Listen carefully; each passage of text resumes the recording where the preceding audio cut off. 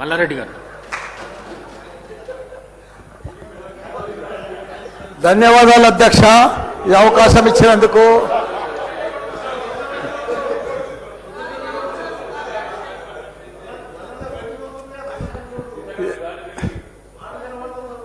సరే, పెళ్లికి వచ్చినా రాకున్నా కానీ ఒక అధ్యక్ష చాలా బాధాకరంగా ఉన్నది, చాలా ఇబ్బందికరంగా ఉన్నది. మా ఇన్ఛార్జ్ మంత్రి వల్లనే నాకు. ఎందుకంటే నేను సురువులా మా శ్రీధర్ బాబు మాకు ఇన్ఛార్జ్ వస్తా అంటే నాకు మంచి మిత్రుడు ఆయన. నాకు అప్పుడు ఆయన మంత్రి ఉన్నప్పుడు 2009లో నా కాలేజీలకు హెల్ప్ కూడా చేసిండు ఆయన. కానీ అట్లా వచ్చినందుకు ఇప్పుడు మళ్ళీ మాకు ఇన్ఛార్జ్ మంత్రి అయినందుకు చాలా హ్యాపీగా ఫీల్ అయినా. కాకపోతే ఇప్పుడు ఎంత బాధపడుతున్నా అంటే అంత బాధపడుతున్నా, భరించలేను ఆ బాధను. నా గుండె ఇట్లా బాధతోటి భరించలేకపోతున్నా. ఎందుకంటే జవహర్ నగర్ అనే ప్రాంతము నా గుండెకాయ. అలా ప్రజలకు చెప్పిన, అందరికి చెప్పిన, దాన్ని అంతా కూడా జిహెచ్ఎంసి మొత్తం చెత్త అంతా తెచ్చి కొన్ని ఏళ్ళ సందే ఆడనే వేస్తున్నారు. పర్లే వేస్తున్నారు, అది కాంగ్రెస్ టైంలో సందే వేస్తున్నారు, ఇప్పటిదాకా కూడా వేస్తూనే ఉన్నారు. అది కంటిన్యూ కాంట్రాక్ట్ ఉంది వేస్తున్నారు. మీ దాంట్లోనే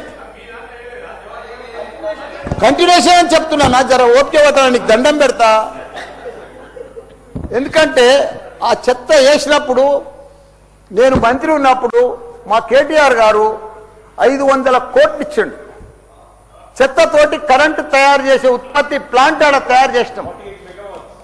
దాన్ని అది కాకుండా 144 కోట్లతోటి క్యాపింగ్ పెట్టిన, మొత్తం మట్టి పోసి గడ్డి పెట్టి అది గుట్ట లెక్క తయారు చేసినాం. దానికి తోడు వర్షాకాలంలో అందులో వచ్చిన మురుగునీళ్ళంతా వస్తే ఫిల్టర్ చేసేందుకు 250 కోట్లు ఇచ్చినాం వాటి ఎస్టీపీ. అంత బాగా చేస్తే అందంగా వాసన రాకుండా చేస్తాం నా మంత్రి ఉన్నప్పుడు మా కేటీఆర్ సార్. అటువంటిది ఇప్పుడు 2 సంవత్సరాలు 4 నెలల సంది భరించలేము. కొత్త గుట్ట చెత్తకుండి తయారు చేసారు, కొత్తది ఒకటి. అది రోగాన బారి పడుతున్నారు. వాటర్ల పొల్యూషను, గాలిల పొల్యూషను, భూమిల పొల్యూషను, మురికి నీరు ఉండలేక 2 లక్షలన్నర ప్రజలు ఉంటున్నాడు. దయచేసి అన్నా శ్రీధర్ అన్న, నువ్వంటే నాకు చాలా అభిమానం. నన్ను పగబట్టకన్నా. ఎందుకంటే నా నియోజకవర్గం బంగారం అసుంటి, దేశంలోనే నంబర్ 1 అసుంటి మేడ్చల్ నియోజకవర్గం. దాన్ని తుకుడలు అచలం కుతలం చేసేది దాన్ని. ఇప్పుడు దాన్ని 61 గ్రామాలు ఉంటే, 3 మున్సిపాలిటీ కార్పొరేషన్లు ఉండే, 7 మున్సిపాలిటీ ఉండే. దాన్ని తీసుకుపోయి మొత్తం జిహెచ్ఎంసీ చేసారు. ఇప్పుడు 16 వార్డులు చేసారు దాన్ని. ఒక మోరీలు లేవు, రోడ్లు లేవు, డ్రైనేజీలు లేవు, కరెంట్ స్తంభాలు లేవు, ఏమీ లేదు. ఇంకా మారుమూలు గ్రామాలే ఉన్నాయి, పెంకిటిల్లే ఉన్నాయి. దాన్ని తీసుకుపోయి జిహెచ్ఎంసీలో కలిపారు. హైదరాబాద్ మస్తు డెవలప్ అయింది. కానీ ఆ జిహెచ్ఎంసీలో కలిపినప్పుడు, దాంట్లో కలిపినప్పుడు దయచేసి స్పెషల్ కేటగిరీ కింద జిహెచ్ఎంసీ చెత్త అంతా ఆడికే వస్తుంది. దాన్ని ఒకటి క్లీన్ చేసి మీకు దండం పెడతా. ఎందుకంటే అక్కడ నేను ఉండలేకపోతున్నా. నేను ఎందుకు వస్తున్నా, ఎందుకు గెలిచినరా ఇక్కడి నుంచి అని భరించలేకపోతున్నా. నేను శ్రీధర్ అన్న నీకు దండం పెడుతున్నా. అదొక్కటి నాకు స్పెషల్ ఫండ్ ఇచ్చి 500 కాదు 1000 కోట్లైనా సరిపోవు. నువ్వు దీనికి బడ్జెట్లో ఇక్కడ జిహెచ్ఎంసీకి ఇచ్చిందంతా కూడా దానికి ఇవ్వాలి. ఎందుకంటే ఈ చెత్త అంతా అక్కడనే వస్తుంది.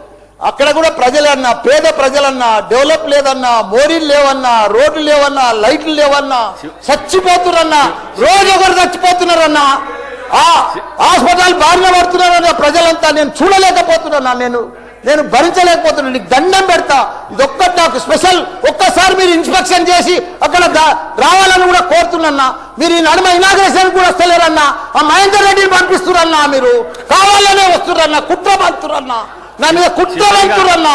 ప్లీజ్ దయచేసి అదొకటి మీరు రావాలి. కృష్ణారావు గారు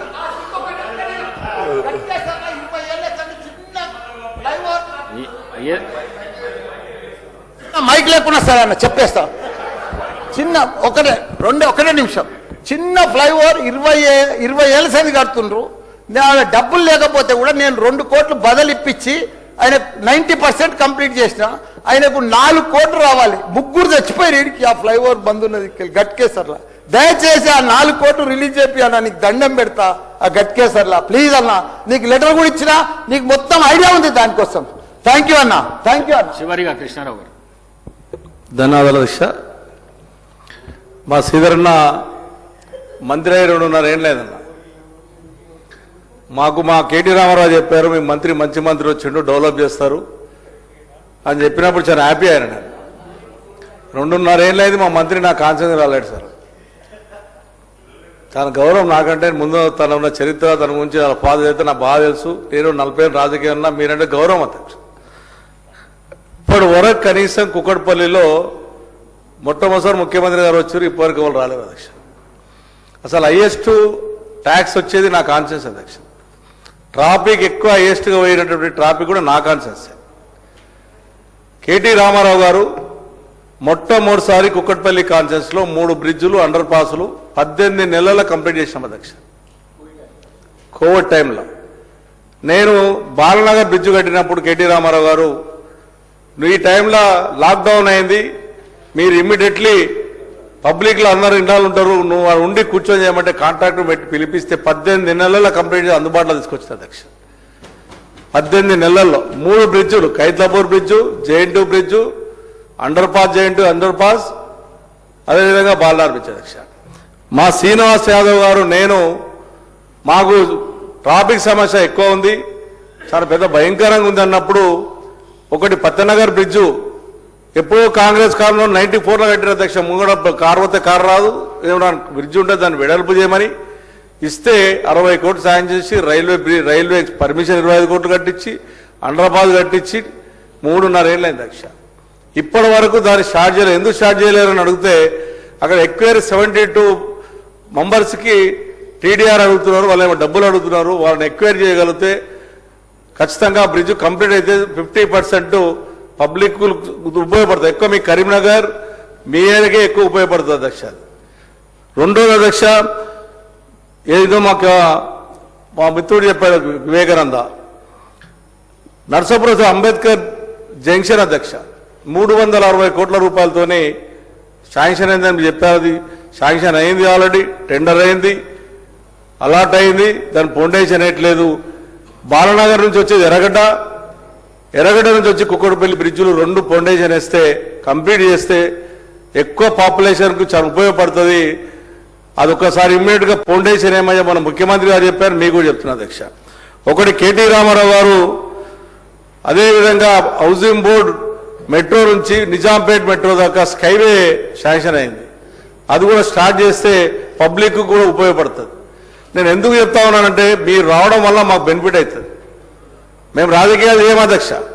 నేను స్పీకర్ గారు చాలా క్లియర్ చెప్పా, ముఖ్యమంత్రి గారు వస్తే కూడా స్వాగతం పలికినట్టు వ్యక్తిని, నా ప్రజలు ముఖ్యము, నా ప్రజల డెవలప్మెంట్ ముఖ్యమని చెప్పారు. కానీ మీరు చేసింది ఏంటో తెలుసా అధ్యక్ష, నా మీద ఓడిపోయినటువంటి వ్యక్తి పేరు అఫీషియల్గా పెట్టారు. అయినా నాకు తెలిసి ఉండి కూడా నేను పైన ఎందుకు చెప్పలేదు తెలుసా, మంచి ప్రోగ్రాం ఖరాబ్ చేయకూడదు, తెల్లారి పొద్దున మాట్లాడతానని చెప్పి తెల్లారి వచ్చిన స్పీకర్ నేను కంప్లైంట్ చేశాను. చరిత్రలో భారతదేశం వచ్చే చరిత్రలో, అసెంబ్లీలో చరిత్రలో ఏ ఒక్కరు కూడా ఇప్పటివరకు ఎంతో మంది కాంగ్రెస్ ముఖ్యమంత్రులు చేశారు, టీడీపీ ముఖ్యమంత్రులు చేశారు, టీఆర్ఎస్ ముఖ్యమంత్రులు చెప్ప ఓడిపోయినటువంటి పేరు పెట్టినటువంటి ఏకైక పార్టీ ఉందంటే మీ పార్టీ అధ్యక్ష. ఇది మంచిది కాదు అధ్యక్ష. ఇది నా దగ్గర 12,000 మంది కార్యకర్తలు అధ్యక్ష. హైదరాబాద్ టాప్ మెజార్టీ 72,000 మెజార్టీతో గెలిచిన అధ్యక్ష. నేను 5 సార్లు గెలిచిన అధ్యక్ష, 3 సార్లు ఎమ్మెల్యే గెలిచాను, వైస్ చైర్మన్ గెలిచాను, చైర్మన్ గెలిచాను అధ్యక్ష. ఎప్పుడు కూడా పార్టీకి అధికారంగా ఉంటాను, ఎలక్షన్ వచ్చినప్పుడు పార్టీ గురించి మాట్లాడతాను. కానీ ఇటువంటి మీకు సాగరిచ్చినప్పుడు, మీకు గౌరవం ఇచ్చినప్పుడు, డెవలప్మెంట్ కోరుకోవాలనుకున్నప్పుడు మీరు ఆ రకంగా మళ్ళొకసారి చేసే అధ్యక్ష. నేను స్పీకర్ సమక్షం మీకు చెప్తున్నా అధ్యక్ష, మా కార్యకర్తలు ఈసారి వినరు అధ్యక్ష. నేను మీకు గౌరవం ఇచ్చాను, మర్యాద ఇచ్చాను, ప్రేమ ఇచ్చాను, మీకు వచ్చే స్వాగతం పలికాను అధ్యక్ష. కాబట్టి ముఖ్యమంత్రి గారు అడగండి. ముఖ్యమంత్రి గారు ఎంపీ ఉన్నప్పుడు అధ్యక్ష, నేను ముఖ్యమంత్రి గారు ఎంపీ ఉన్నప్పుడు నేను రేవంత్ రెడ్డి గారు ముఖ్యమంత్రి గారు రివ్యూ మీటింగ్ పెట్టి మున్సిపల్ ఆఫీస్ పిలిపించి రివ్యూ మీటింగ్ పెట్టించి కాన్సెన్స్ మొత్తంలో ఏవేవి నేను రివ్యూ మీటింగ్ పెట్టించిన అధ్యక్ష. పార్టీలకు అతీతంగా పనిచేశాను నేను. కానీ నన్ను ఎంత ఇన్సల్ట్ చేశారు, అంత ఇన్సల్ట్ చేశారు. పోనీ రాజకీయంలో మొన్నమొనసిన వ్యక్తులు ప్రతి కాన్సెన్స్ లో ఇదే రకంగా జరుగుతుంది. నేను ఒకటే చెప్తున్నా అధ్యక్ష, పాత కాంగ్రెస్ లో అర్థం చేసుకోండి. మీరు ముందు నుంచి కూడా పాత కాంగ్రెస్ లో ఉన్నారు, ఎప్పుడు సరే జరగదు. ఇక్కడక్కడ దుంకిన పని చేస్తున్నారు. ఇది ఛాలెంజ్ గా మేము తీసుకోమని చెప్పి ప్రజల పక్షాన నిలవడమని చెప్పి ప్రజలకు సమస్యలు పరిష్కరించమని చెప్పి మేము తెలియజేస్తాం. గౌరవ మంత్రి గారు.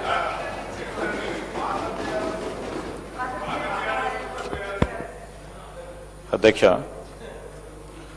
గౌరవ సభ్యులు వివేకానంద్ గారు, సుధీర్ రెడ్డి గారు, ముఠా గోపాల్ గారు, పెద్దలు తలసాని శ్రీనివాస్ యాదవ్ గారు, సబితా ఇందర్రెడ్డి గారు, మల్లారెడ్డి గారు, కృష్ణారావు గారు కూడా మరి సిగ్నేటరీస్ కాకుండా కానీ మీరు హైదరాబాద్ సంబంధించిన మరి ప్రాముఖ్యతను గుర్తించి అందరికి కూడా ఇవ్వటం జరిగింది అధ్యక్ష. 10 to 11 అవుతా ఉంది అధ్యక్ష. మీరు మరి 11:30కి క్లోజ్ చేస్తామని చెప్పారు అధ్యక్ష. చాలా మంది సభ్యులకు సంబంధించి ప్రశ్నలకు సంబంధించిన అంశాలు వచ్చినప్పుడు మరి అందరినీ కూడా అకామిడేట్ చేయాలనే ఉద్దేశంతో మీరు బీఏసీలో నిర్ణయం తీసుకొని గౌరవ ప్రతిపక్షానికి సంబంధించిన సభ్యులు కూడా వారి ఆవేదన అందరు సభ్యులకి మరి క్వశ్చన్ అవర్లో అవకాశం కల్పించే కార్యక్రమం చేస్తే మీరు సమయం 9 నిమిషాలు ప్రతి ప్రశ్నకని చెప్పి మనము క్వశ్చన్ అవర్ జరుపుతా ఉన్నాం అధ్యక్ష. దాదాపు 50 మినిట్స్ అయింది అధ్యక్ష. 50 మినిట్స్ సంబంధించి సరే ఈ ప్రశ్నకు చాలా ప్రాముఖ్యత ఉంది. నేను definitely first before replying to their questions అధ్యక్ష ఒక షార్ట్ డిస్కషన్ పెడితే డెఫినెట్లీ అధ్యక్ష we will take it up అధ్యక్ష. ఎందుకంటే మాకు ఈ హైదరాబాద్ నగరం ఇంతకుముందు మూటా గోపాల్ గారు చెప్పారు ఇది విశ్వనగరం. ఈరోజు ఈ విశ్వనగరానికి సంబంధించిన ప్రాముఖ్యత విషయంలో ఇక్కడ కావాల్సిన మౌలిక సదుపాయాలకు సంబంధించి మనం అనేక మహానగరాలను చూస్తూ ఉంటే వారు ఎదుర్కొంటున్న సమస్యలను కూడా ఈరోజు ఒక ఎగ్జాంపుల్గా తీసుకొని రాబోయే కాలంలో మరి దేశంలోనే కాదు అధ్యక్ష ప్రపంచ స్థాయి పటంలో మన హైదరాబాద్ నీ ఉంచాలనే ఒక దృక్పథంతో గౌరవ ముఖ్యమంత్రి గారు మరి వారు స్వయాన మున్సిపల్ శాఖను నిర్వహిస్తూ ఒక కార్యాచరణ తీసుకొని ముందుకు పోతా ఉన్నారు అధ్యక్ష.